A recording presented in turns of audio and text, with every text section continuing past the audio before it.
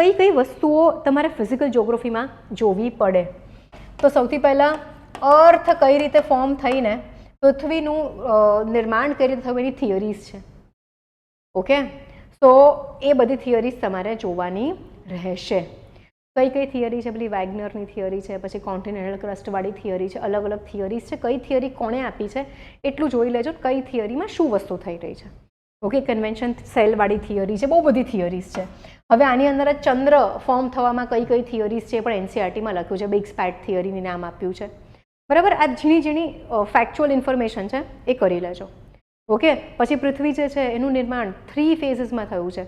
પ્રાઇમોડિયલ atmosphere બન્યું, પછી પ્રાઇમોડિયલ એટમોસ્ફિયરમાં શું થયું, પછી વરસાદ બહુ પડ્યો એના કારણે ઓશન બન્યું. ઓશન પછી એની અંદર બ્લુ ગ્રીન આલ્ગે બની, એ ફર્સ્ટ લાઈફ ફોર્મ હતું, એ જોઈ લેજો. બરાબર, એ ચેપ્ટર આખો ચેપ્ટર જ એક છે ઇવોલ્યુશન ઓફ ધી અર્થ વાળો. એ બહુ જ જોજો, કારણ કે એકાદ ક્વેશ્ચન આઈ ફીલ આવતો હોય છે દર વર્ષે.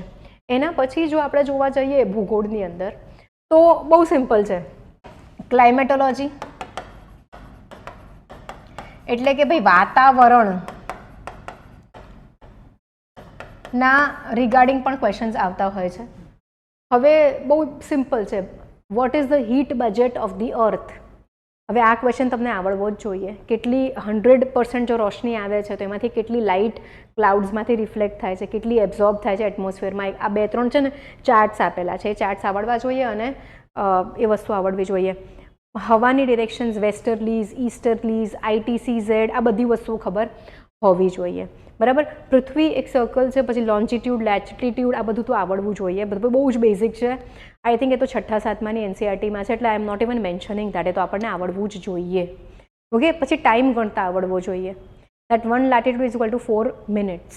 તો જો હું અહીંયા છું GMT 5.30, Indian standard time is equal to GMT 5.5 કલાક. તો કોઈ વ્યક્તિ કોઈ બીજા ટાઈમ ઝોનમાં છે, GMT 1 o'clock 1.00, તો કેટલા ડિફરન્સ છે કે કેટલું ડિસ્ટન્સ છે? આ થોડુંક મેથ્સનો કમ્પોનન્ટ આવે છે, બહુ રેરલી આવે છે પણ આવી શકે ખરો.